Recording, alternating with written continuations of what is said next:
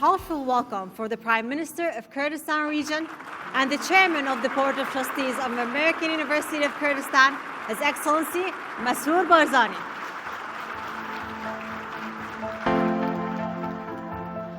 Good afternoon, everybody, and once again, welcome.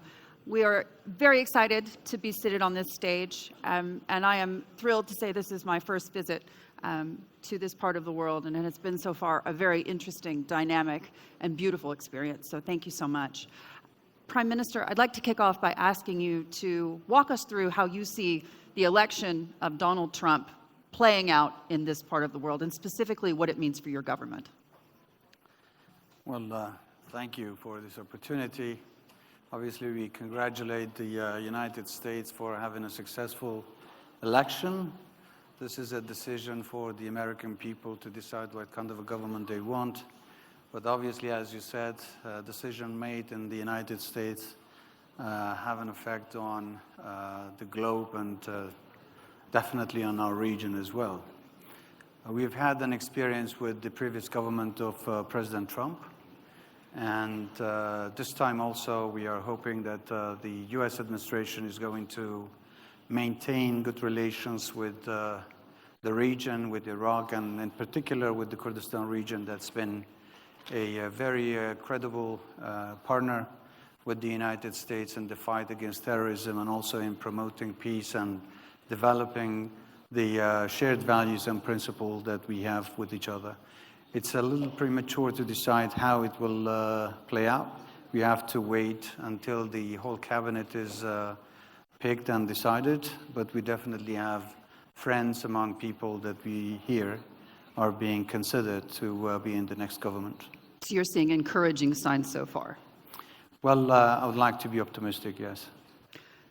In your mind, when you take a step back and think about what happens next, obviously it's difficult to foresee the next couple of years, but President-elect Trump has said that he will end all the conflicts happening right now in the world, and he specifically mentioned that in the Middle East and those in Europe. Do you believe that that's an achievable goal?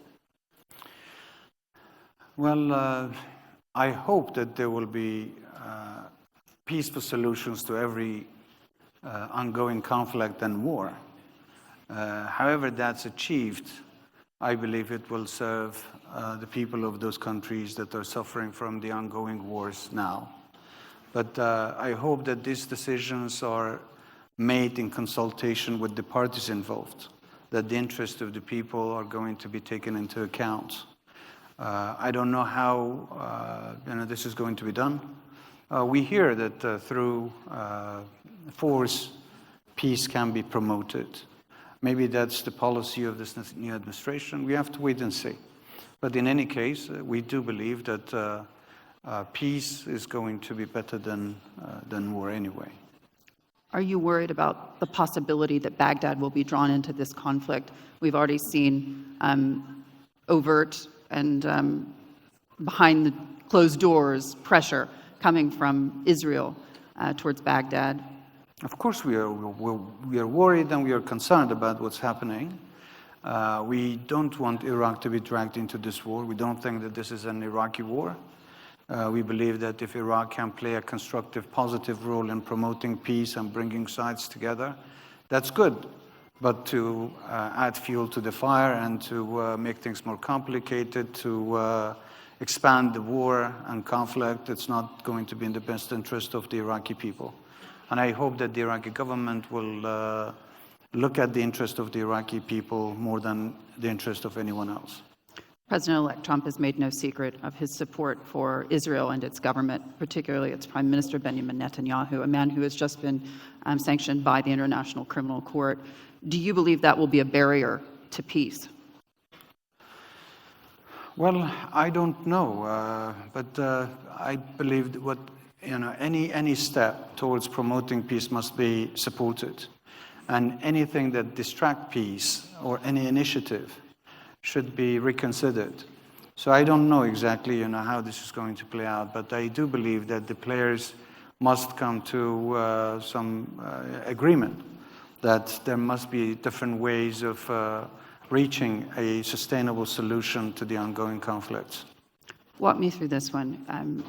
There are many schools of thought on this, but to your mind, how difficult is it going to be for Iraq, for the Iraqi people, and frankly for the stability of the region, if President-elect Trump decides to withdraw U.S. troops from Iraq?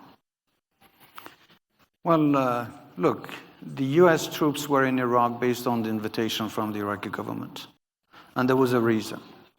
There was ISIS, terrorism, that was threatening the security of the region and actually the security of the whole world. We have that first experience here in Kurdistan, and our Peshmergas were fighting ISIS, and we wanted the coalition forces, the Americans, to come to our help and assist us, and they thankfully did. There was a coalition of forces that came to support Iraq and within Iraq, Kurdistan. Now, if the overall assessment of terrorism has changed, and if Iraq believes that terrorism has come to an end, therefore we don't need American troops here, or we need to end the mission of the coalition forces. That's a different situation. And we may have different ideas, to be frank with you. We don't think that terrorism has come to an end. We think that still ISIS is intact, and they have active members. They are active in different parts of, not only in Iraq, but in the region, elsewhere in the world. And we need to have that global coalition to fight terrorism. Now, in terms of organizing or reviewing the relationship of Iraq with the coalition forces, can be different than what's been said. If the mission is no longer needed because Iraq feels it's stronger today and it can face the challenges and control the security situation in the country, that doesn't mean that the relationship between Iraq and the United States will come to an end. So ending the coalition forces or the coalition mission doesn't mean the end of U.S.-Iraqi relationship, even military relationship. So we hope that for as long as Iraq can manage its relationship with all of its partners, whether it's the United States, UK, France, Germany, Italy, any other European country, on bilateral levels, to maintain the good relations where Iraq can benefit from the friendship that is developed with all these partners, we believe that there is a way that can manage and perhaps be less risky in terms of looking at whether or not the security situation is going to be affected by the departure of the coalition forces. Would it surprise you if U.S. troops were to stay outside of a coalition, perhaps, in some arrangement? Whether this would surprise me? No. No. No. Look, U.S. is staying in many other countries in the region, not only in Iraq, but in many other Middle Eastern countries. We have U.S. forces. So it's very normal for the U.S. forces to stay in Iraq and have bilateral relations with Baghdad. When you take a step back and look at what's happened over the last several years, the chaos that's ensued under, frankly, the leadership of the Biden administration in Washington, many people would say the catalyst for President Putin's invasion of Ukraine and what's been happening in Gaza was U.S. inaction and U.S. failure with the withdrawal from Afghanistan. In your mind, has that set a precedent for U.S. activity in the region? Can you repeat your question? In your mind, did the disastrous withdrawal by the Biden administration from Afghanistan set a precedent for U.S. activity in this region? Well, I think any unilateral decision is not going to be the best decision, in my view.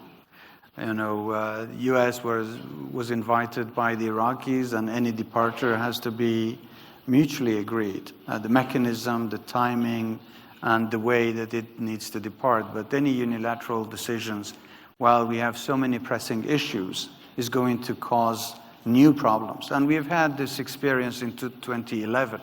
In 2011, when the US pulled out their forces, even then, we didn't think that was the best decision, and we anticipated that US will come back, but at a higher cost, which was the case, because the vacuum left after the US pulled out their troops was filled by ISIS and other terrorist organizations, and US had to come back once again.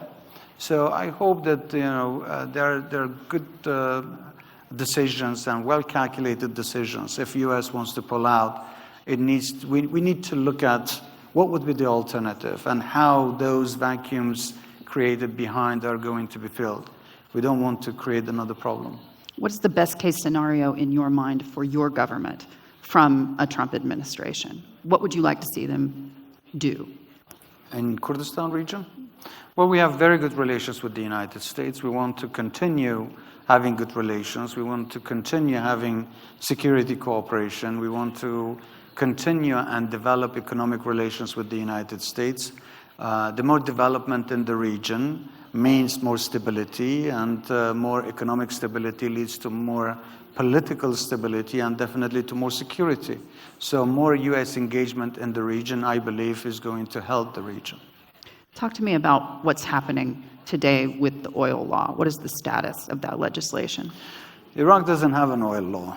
We have a law that belongs to the Saddam's era, which is designed for a central government.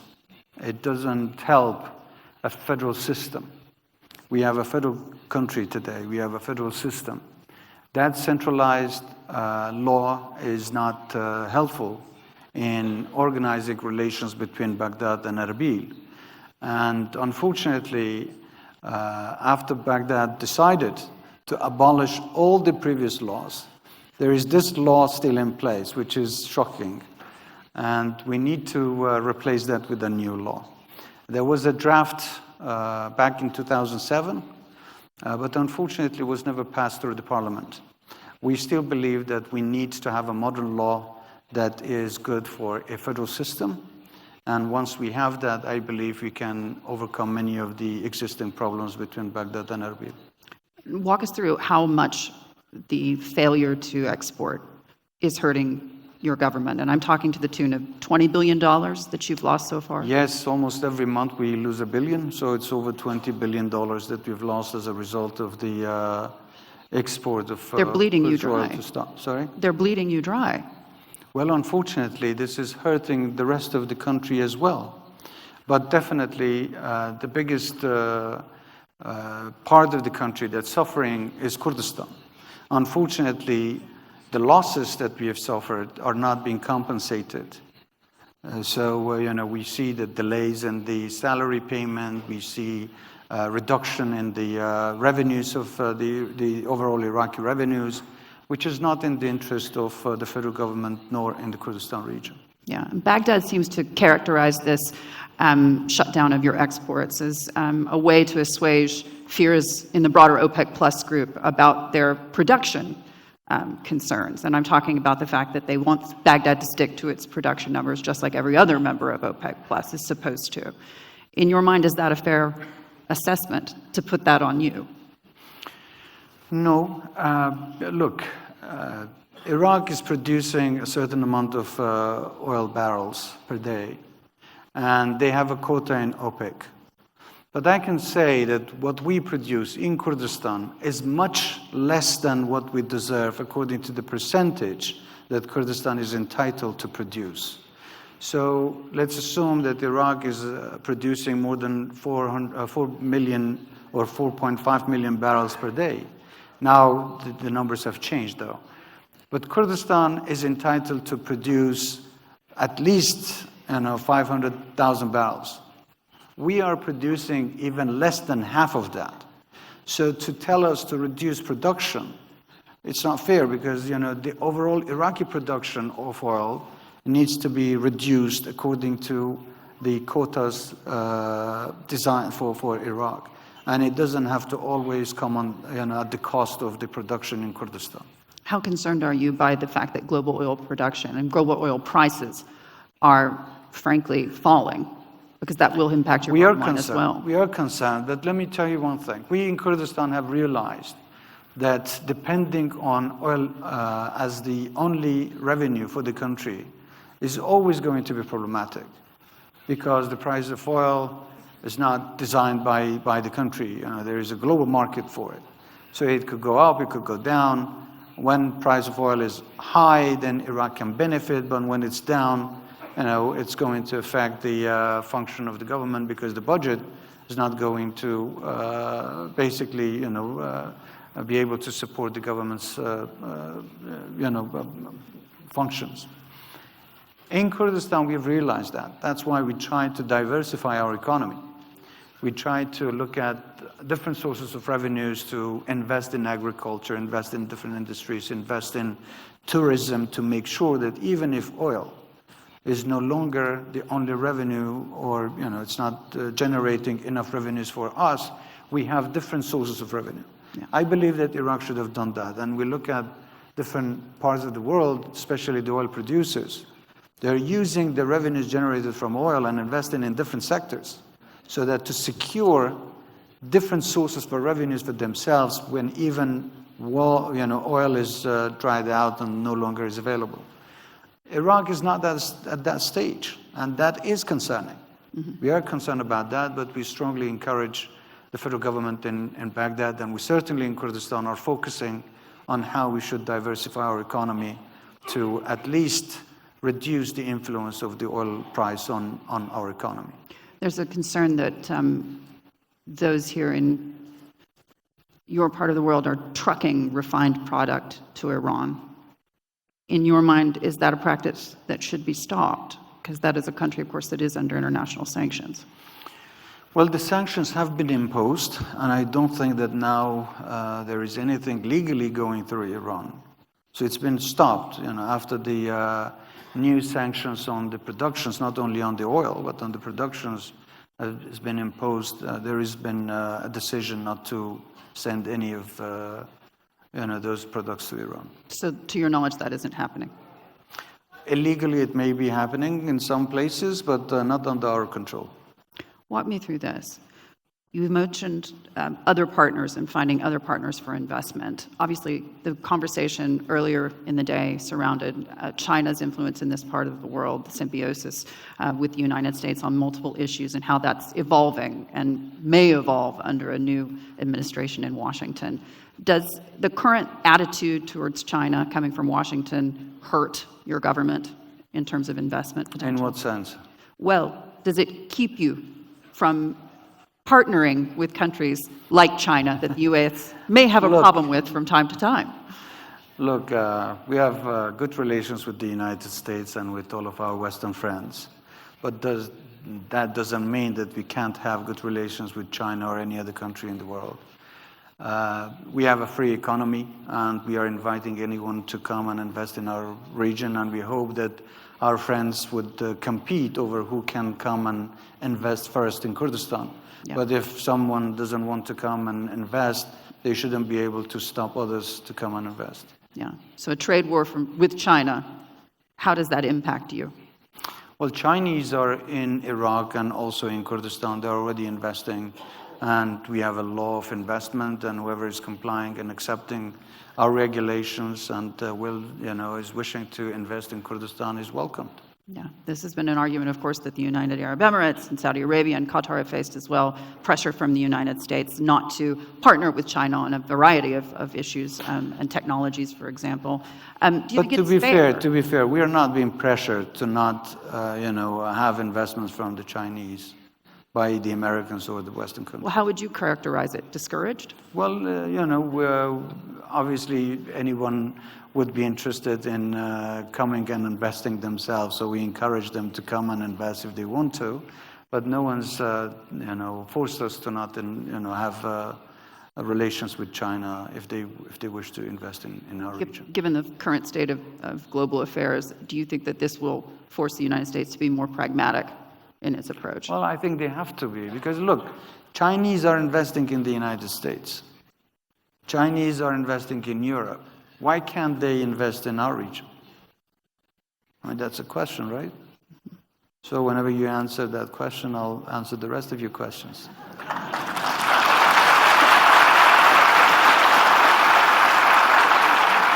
Talk to me a bit about your relationship today with Turkey. Is that a complex relationship?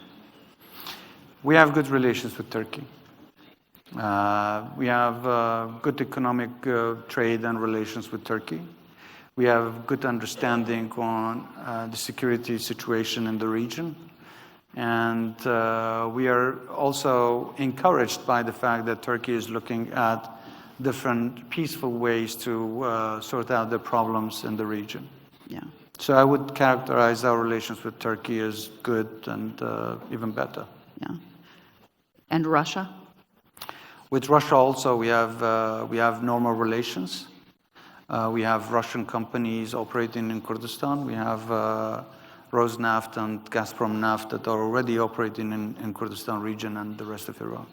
I want to get a sense from you of how you see the regional dynamics changing, and particularly with regards to Syria. Obviously, over the last several months, we've seen an increased number of visits between Bashar al-Assad and his partners in Saudi Arabia, his partners in UAE, things that wouldn't have happened perhaps a few years ago. And the U.S. being so tied up perhaps with other conflicts in the world and conflicts in the region, not really raising much of an eyebrow there. In your mind, are we going to see Syria reintegrated, not just regionally, but globally? You see, when we're talking about Syria, we have to be careful about what part of Syria we're talking about. There is not one government controlling the entire territories of Syria. We have Syrian government, we have Russia, we have Iran, we have Turkey, we have the United States, we have the rest of the coalition. So we have different groups controlling different parts of the country. But if you mean the government in Damascus, we've seen that over the years, there was a maximum pressure on the government. Everybody was calling for the overthrow of the regime. And now there is, once again, reopening the channels with the government and trying to reintegrate into first to the Arab League and also to the international community. I think it depends on the cost of whatever action you take. If the decision is to overthrow the regime, you have to look at the cost of that and the meaning of what that means actually to the rest of the region and the rest of the players. And if integrating the government into the international community will bring more peace, I think that's something that I believe now many countries are looking at. Yeah. If the Trump administration were to enact maximum pressure 2.0, for example, do you believe that would accelerate Syria's return to the international order? I don't know about Syria, but I believe every actor has to rethink. If they want to benefit from normal relations with the United States and other players in the region, they have to perhaps revive their current policies and adopt a new policy that's acceptable, and that would go with for Syria as well, I think. Yeah, there's a narrative in the West that Iraq is held hostage, that Baghdad is held hostage to Iran. Is that a fair assessment? Is that Iraq is held hostage by Iran? Well, that's your terminology, but there is a lot of influence. Iran has a lot of influence in Iraq. That's true. Now, whether this is a decision that Iraqis have made or it's a decision that's been imposed, I think you better ask that question, ask Baghdad that question. Mm-hmm. Is this something that they are happy with or not? But we definitely know that Iran is an important neighbor for Iraq, and it's normal for Iraq to have normal relations with Iran. Now, the level of influence and the nature of relations between Baghdad and Iran, I don't control that. You have to ask them. I'm waiting for my invitation. Walk me through this one. When you think about what happens next with regards to the internal politics, and I'm talking about the regional dynamic, we've seen enormous strides for women made in Saudi Arabia, something that those of us who cover the region never thought perhaps we would see. We've seen women, of course, taking a major role in the UAE government, for example. Half of the parliament are women. And we see strides made for women here in your government as well. But it seems as if in Baghdad, things are really rolling back. And I'm talking about the possibility that children can be married off at the age of 9. Many in the international human rights community now say that this is tantamount to child rape. In your mind, is that worrying? Yes. You know, Iraq was one of the most advanced Middle Eastern countries in terms of promoting women's rights. Unfortunately, there are factors that are affecting and influencing the rights of women in countries where poverty, injustice, illiteracy is widespread. And unfortunately, over the years, Iraq hasn't been in its best capacity. We've seen that there is a lot of illiteracy, there is a lot of women that are dropping out of college and school. Definitely this is going to affect the behavior of the society and also the women themselves, the lack of confidence, and that they don't want to participate in the community. In Kurdistan, we have, I think, in a different situation.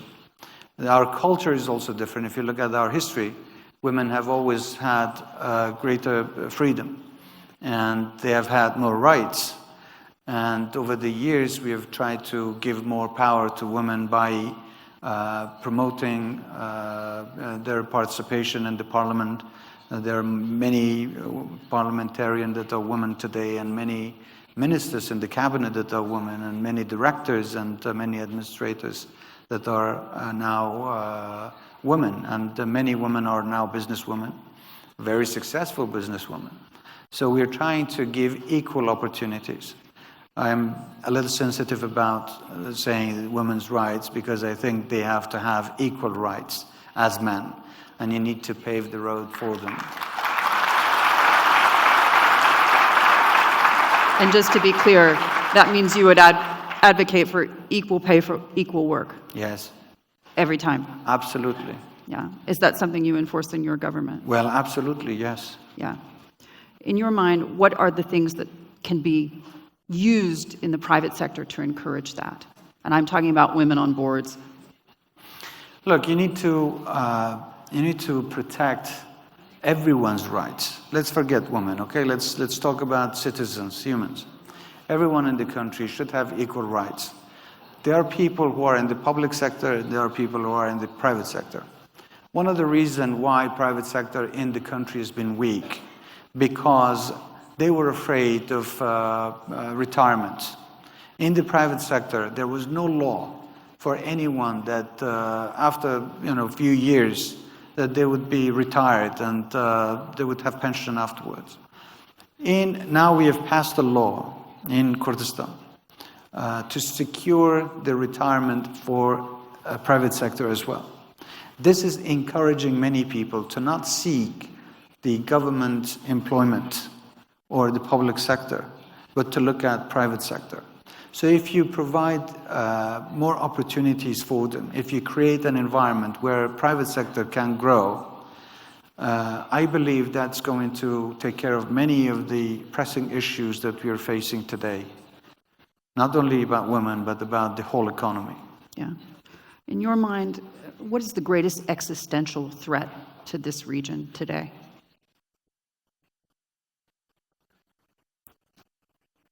Wow, this is a very tough question. I have a reputation.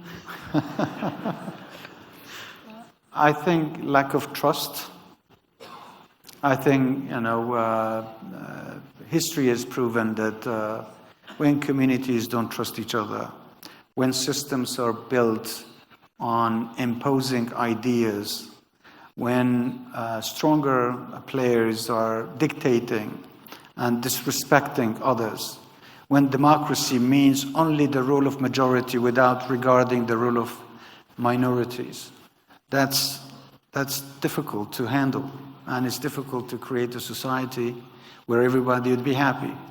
You need to feel the sense of belonging, and in order to belong to a society or to a country, you need to feel that you're equal. So the lack of equality, the lack of trust, I believe, is the source of many of the problems that we have. How do you address that lack of trust? How do you address that lack of trust? Reverse that. Build trust and provide, equal environments and, be just. So that's exactly what's needed. Yeah. And if we can build trust and provide equal opportunities to everyone, I think that will take care of it. Do you still believe the United States is a partner to trust? The United States? Yes. I do, because look, I mean, United States is not just about one person or one administration. United States is a successful country based on values of democracy and principles of equality and freedom. So yes, U.S. wouldn't be successful if it wasn't a place that was built on the right foundations. And when you have institutions that endorse these foundations, needs to be trusted. Your Excellency, thank you so much. Thank you. Thank you. Thank you. Thank you so much. Thank you.